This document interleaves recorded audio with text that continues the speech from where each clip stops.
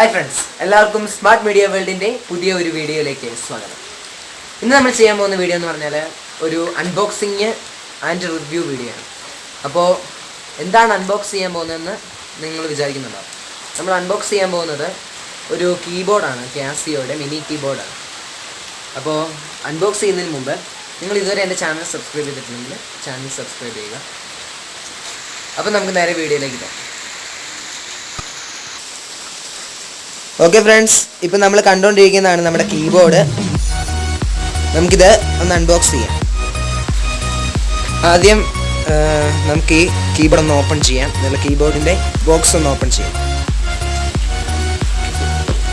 Okay, നമ്മൾ കീബോർഡിൻ്റെ box open ചെയ്യാൻ പോവാണ്. കീബോർഡ് എടുത്തു.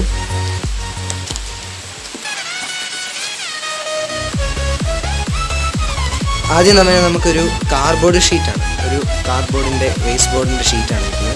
മാറ്റി വയ്ക്കാം. നമുക്ക് കീബോർഡ് ഇവിടെ നിലത്തേക്ക് വയ്ക്കാം.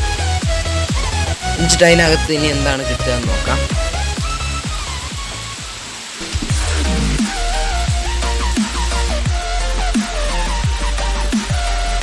ഓക്കെ, ഫസ്റ്റ് തന്നെ നമുക്ക് നമ്മുടെ കീബോർഡിൻ്റെ ഒരു ചെറിയ ബോക്സാണ്. ഇതിനകത്തുനിന്ന് കാണാൻ കഴിയുന്ന ഒരു ചെറിയ കീബോർഡ് ബോക്സാണ്. നമുക്ക് പുറത്തേക്ക് എടുക്കാം.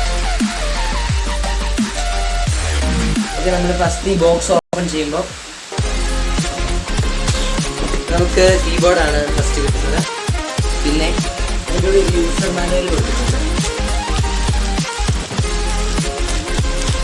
കീബോർഡ് എങ്ങനെയാണ് യൂസ് ചെയ്യേണ്ടതെന്ന്, പിന്നെ അതിൻ്റെ കോഡ്, അതിനകത്തുള്ള മ്യൂസിക്കിൻ്റെ കോഡും ഒക്കെ എഴുതിയിരിക്കുന്ന കുറച്ച് കാര്യങ്ങൾ. പിന്നെ ഓൺലൈനിൽ നിന്ന് ഈ കീബോർഡ് പർച്ചേസ് ചെയ്യാനുള്ള ലിങ്ക് ഒക്കെ ഇവിടെ കൊടുത്തിട്ടുണ്ട്. ഓക്കെ, അത്രേ ഉള്ളൂ. നമുക്ക് കീബോർഡ്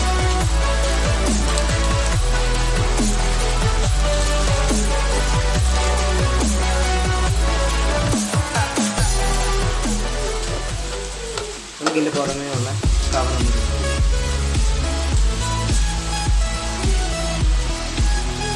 ഓക്കെ, ഇതാണ് നമ്മുടെ കീബോർഡ്. സൈസ് നമുക്ക് അഡ്ജസ്റ്റ് ചെയ്യാവുന്ന, അതായത് നമ്മുടെ കയ്യിൽ ഒതുങ്ങുന്ന തരത്തിലാണ് അവരത് ഡിസൈൻ ചെയ്തിരിക്കുന്നത്. നടുക്ക് സെൻട്രലായിട്ട് നമുക്ക് ഇതിൻ്റെ ഒരു ഡിസ്പ്ലേ കാണാം. നമ്മൾ വായിക്കുന്നതിൻ്റെ കോഡും ഇടുന്ന ഋതവും ടെമ്പുവും ഒക്കെ അറിയാൻ വേണ്ടിയിട്ട്.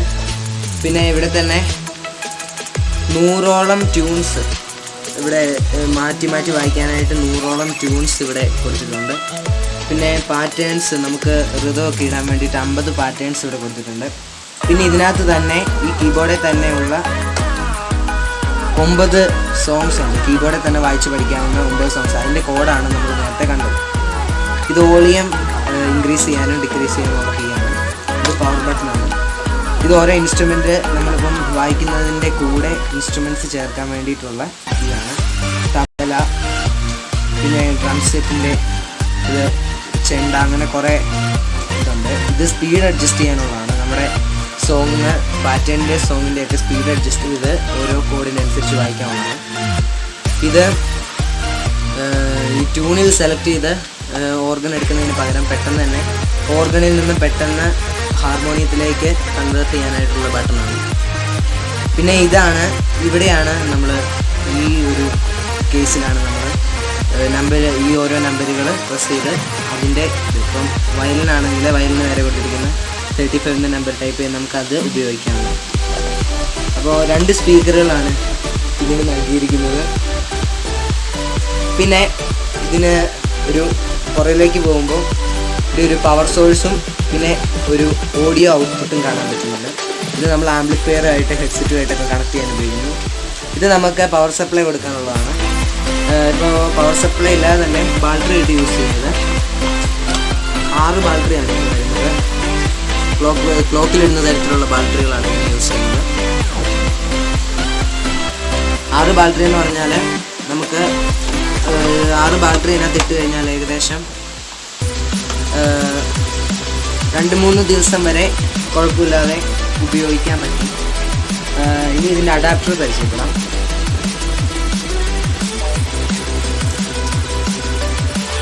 ഇതാണ് എക്സ്റ്റേണൽ AC പവർ, ഈ കീബോർഡിന് വേണ്ടിയിട്ടുള്ള അഡാപ്റ്റർ എന്ന് പറയുന്നത്. ഈ അഡാപ്റ്റർ ഈ കീബോർഡിന് വേണ്ടി തന്നെ ഡിസൈൻ ചെയ്തിരിക്കുന്നതാണ്. ഇതെന്ന് പറയുമ്പോൾ 9.5 വോൾട്ടാണ് വരുന്നത്. മെയ്ഡ് ഇൻ ഇന്ത്യയാണ്. ഓക്കെ, എൻ്റെ ഇന്നത്തെ വീഡിയോ നിങ്ങൾക്കെല്ലാം ഇഷ്ടപ്പെട്ടെന്ന് വിചാരിക്കുന്നു. ഈ വീഡിയോ ഇഷ്ടപ്പെട്ടെങ്കിൽ തീർച്ചയായും എൻ്റെ ചാനൽ സബ്സ്ക്രൈബ് ചെയ്യുക. മറ്റൊരു തകർപ്പൻ വീഡിയോയുമായി അടുത്ത പ്രാവശ്യം കാണാം.